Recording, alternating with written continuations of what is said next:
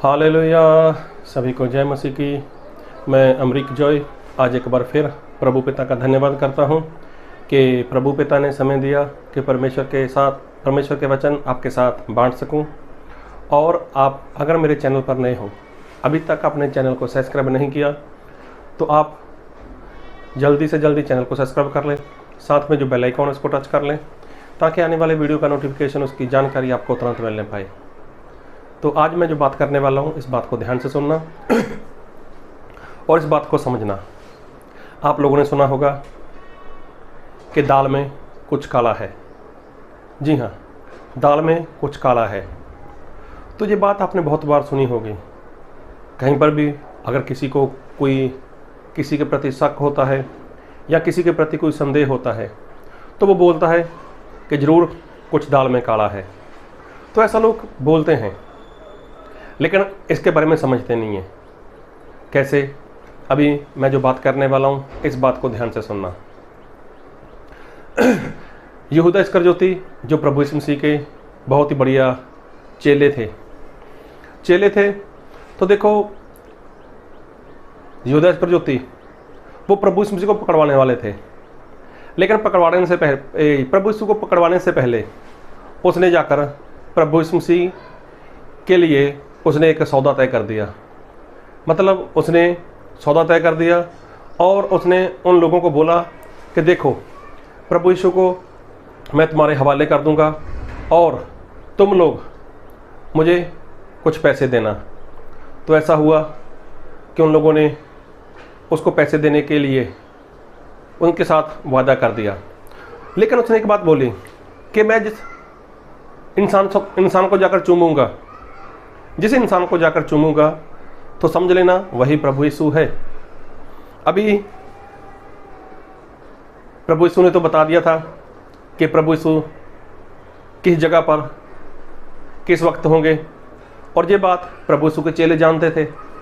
प्रभु यीशु के चेले ये बात जानते थे, और उसमें था यहूदा इस्करियोती भी। तो यहूदा इस्करियोती उन लोगों को लेकर वहीं पर पहुंच गया। और बाइबल में लिखा है, मैं वचन पढ़ूंगा, और मैं पढ़ूंगा मत्ती रचित सुसमाचार और उसके 26 अध्याय उसके 47 वचन। वह जय कह ही रहा था कि यहूदा जो 12 में से एक था आया, और उसके साथ प्रधान याजकों और लोगों के पुरनियों की ओर से बड़ी भीड़ तलवारें और लाठियां लिए हुए आई। उसके पकड़वाने वाले ने उन्हें यह संकेत दिया था कि जिसको मैं चूम लूँ वही है, उसे पकड़ लेना। अभी देखो, यहूदा ने उन लोगों को ये संकेत दिया था, ये निशान दिया था, और तुरंत यीशु के पास आकर कहा हे रब्बी नमस्कार, और उसको बहुत चूमा। यीशु ने उससे कहा, हे मित्र, जिस काम के लिए तू आया है उसे कर ले।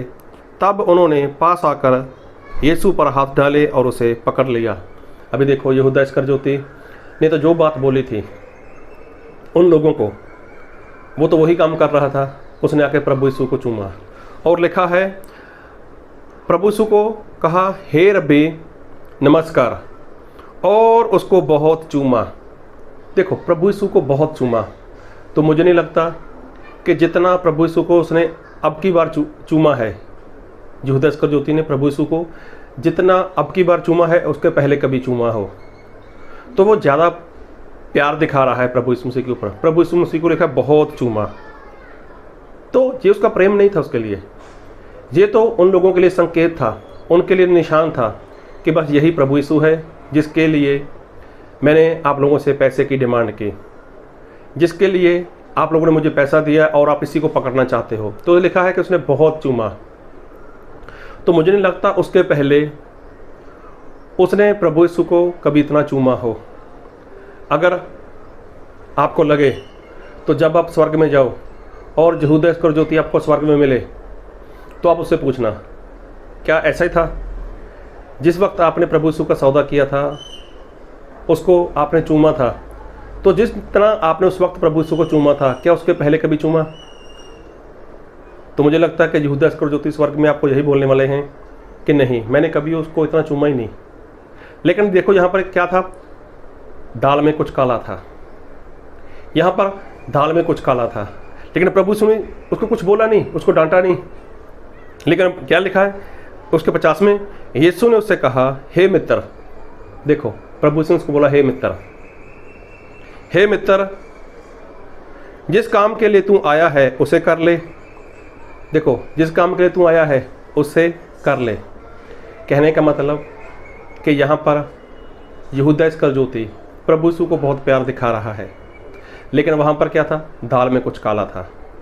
अभी जो बाकी वहाँ चेले लोग थे, 11 चेले, उनको तो यही लग रहा होगा, अरे यहूदा इस्करियोती तो प्रभु यीशु को कितना प्रेम कर रहा है। अभी प्रभु यीशु ने क्या किसी को बताया कि दाल में कुछ काला है, लेकिन प्रभु यीशु से तो मन की बात जानते थे ना। तो ऐसा होता है कई बार।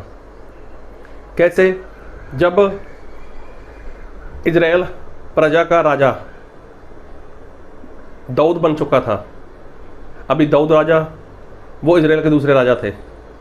पहले राजा साउल थे, और दाऊद जब परमेश्वर का चुना हुआ वो राजा बन चुका था, और उसके बाद उसने बैतशबा के साथ उसकी शादी भी हो गई। शादी हो गई,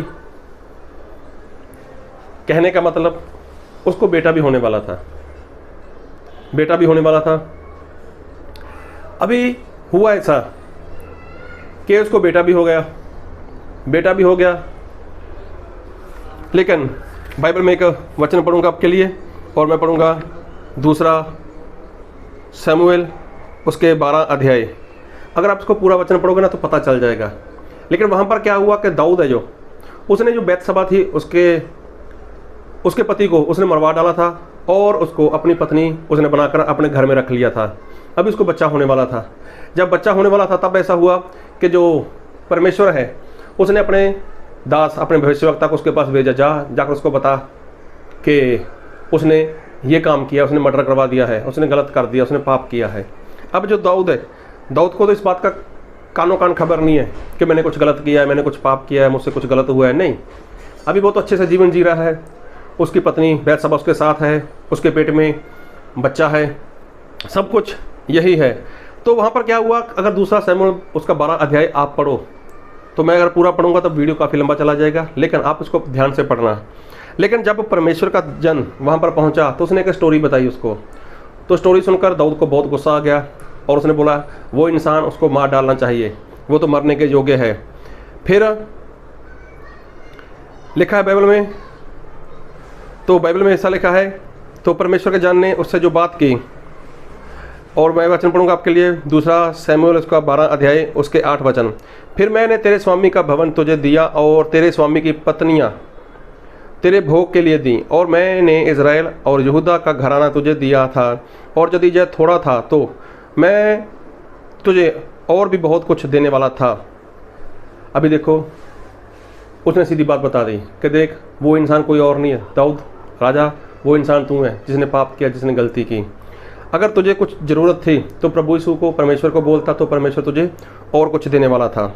अब ये बात बोल दी, तो जो दाऊद है उसके साथ जब ये बात हुई तो दाऊद ने क्या बोला, इसके 13 वचन। तब दाऊद ने नाथान से कहा, मैंने यहोवा के विरुद्ध पाप किया है। अभी देखो, ये दाऊद और नाथान नबी दोनों के बीच में ये बात हो रही है, और दाऊद ने बोला कि मैंने यहोवा का पाप किया है। तो नाथान ने दाऊद से कहा, यहोवा ने तेरे पाप को दूर किया है, तू ना मरेगा। देखो, तू मरेगा नहीं, क्योंकि यहोवा ने तुझे पाप क्षमा कर दिया। फिर लिखा है, तो भी तूने जो इस काम के द्वारा यहोवा के शत्रुओं को तिरस्कार करने का बड़ा अवसर दिया है, इस कारण तेरा जो बेटा उत्पन्न हुआ है वह अवश्य ही मरेगा। देखो, तेरा बेटा अवश्य ही मरेगा, जो अभी बैतशबा से तुझे पैदा होने वाला है।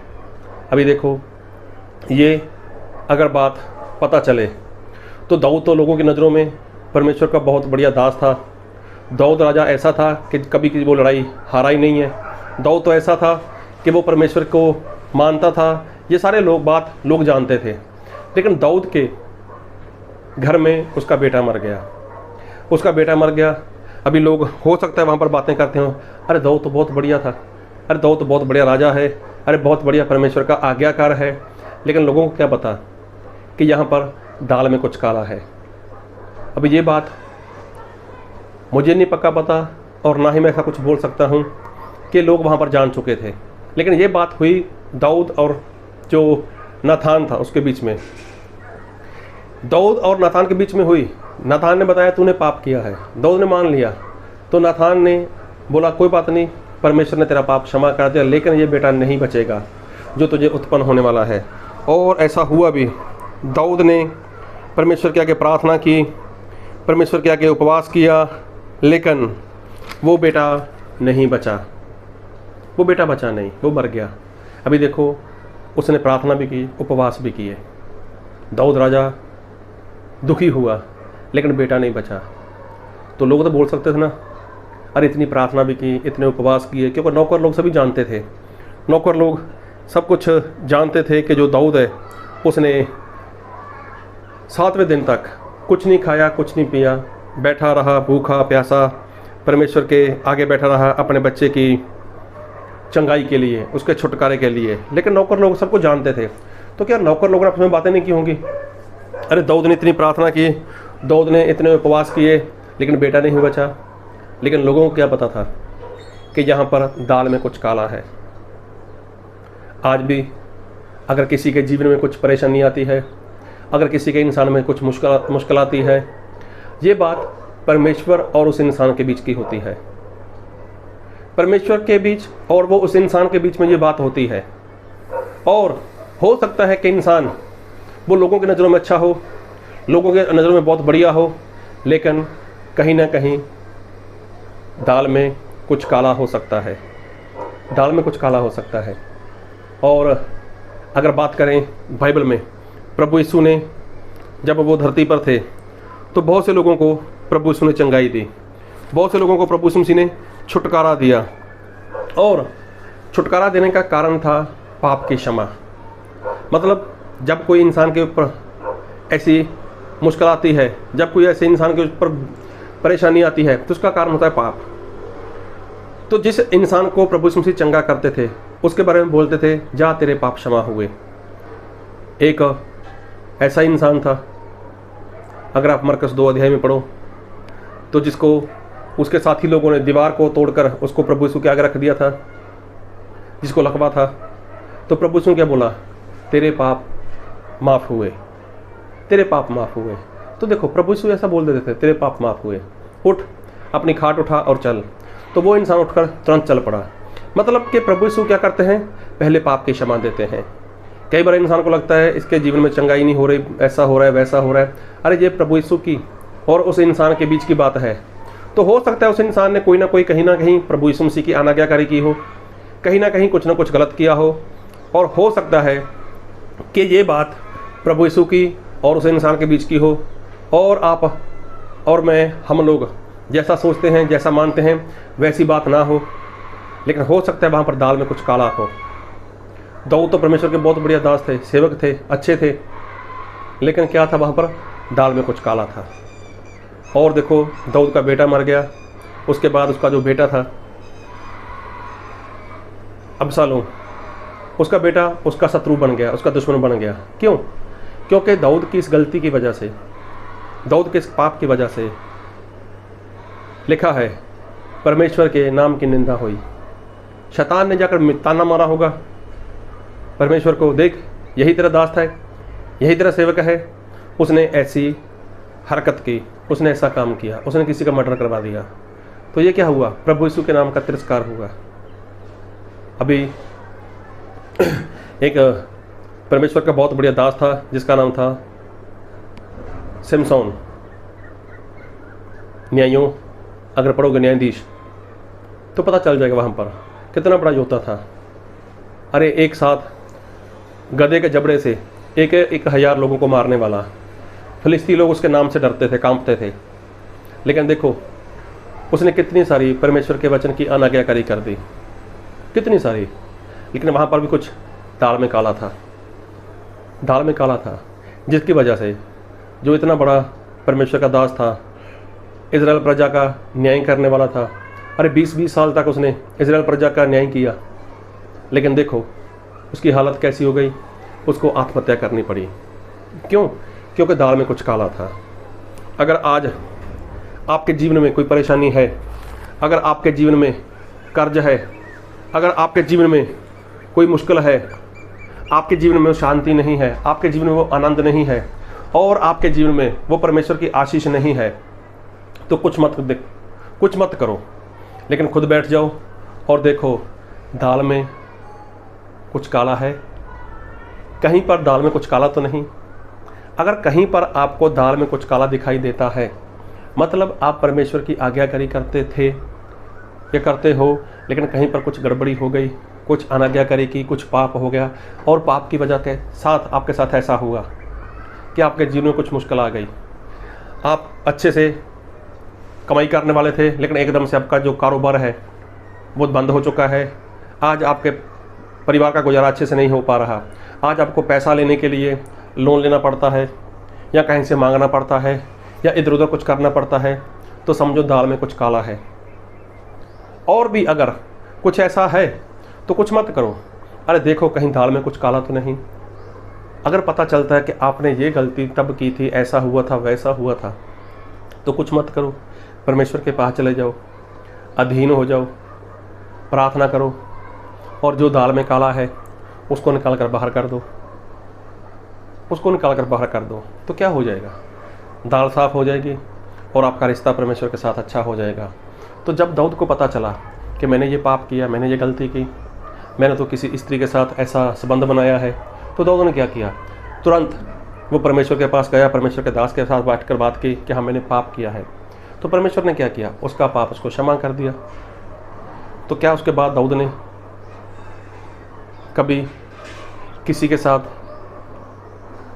ऐसी गलती की, ऐसा व्यभिचार किया? तो कहीं पर ऐसा हो लिखा ही नहीं है, और ना ही दाऊद ने ऐसा कुछ किया। क्यों? क्योंकि जो दाल में काला था, दाऊद ने वही दाल में से काला काला निकाल कर बाहर कर दिया। यहूदा इस्करियोती जो प्रभु यीशु मसीह को बहुत चूम रहा था, लेकिन जब उसको पता चला कि मैंने तो प्रभु यीशु मसीह को पकड़वा दिया और प्रभु यीशु मसीह के ऊपर मौत की सज़ा हो गई, अभी देखो वो दाल में से काला निकाले तो उससे हुआ ही नहीं। उसने क्या किया? आत्महत्या कर ली, मर गया वो। और सिमसोन जो समसून है, उसने क्या किया? उसने भी यही किया। वो भी दाल में काला कुछ कर बैठा था, लेकिन उसने भी दाल में से काला नहीं निकाला, और क्या हुआ? उसने आत्महत्या कर ली। कोई बात नहीं, मैं तो ये बोलता हूँ, अगर ऐसा कुछ हो गया, दाल में कुछ काला है, आप जानते हो, परमेश्वर जानते हैं, तो कोई बात नहीं, आप उस दाल में से काला निकालने के लिए प्रभु यीशु मसीह के पास जाओ, प्रभु यीशु मसीह का प्रार्थना करो, विनती करो। और आपने प्रभु यीशु को दुखी किया है, पवित्र आत्मा को दुखी किया है, तो कोई बात नहीं, प्रभु यीशु मसीह के आगे प्रार्थना करो और पवित्र आत्मा को एक बार फिर प्राप्त कर लो, और जो दाल में काला है उसको निकाल कर बाहर कर दो, और दोबारा ऐसा दाल में काला कभी मत आने देना। जिस तरह से दाऊद ने दाल में कभी दोबारा कुछ नहीं आने दिया। तो बस ऐसा करो और परमेश्वर के आत्मा के साथ भरपूर हो जाओ, तो प्रभु आपको इन वचन से बहुत आयत के आशीष दे। आमीन।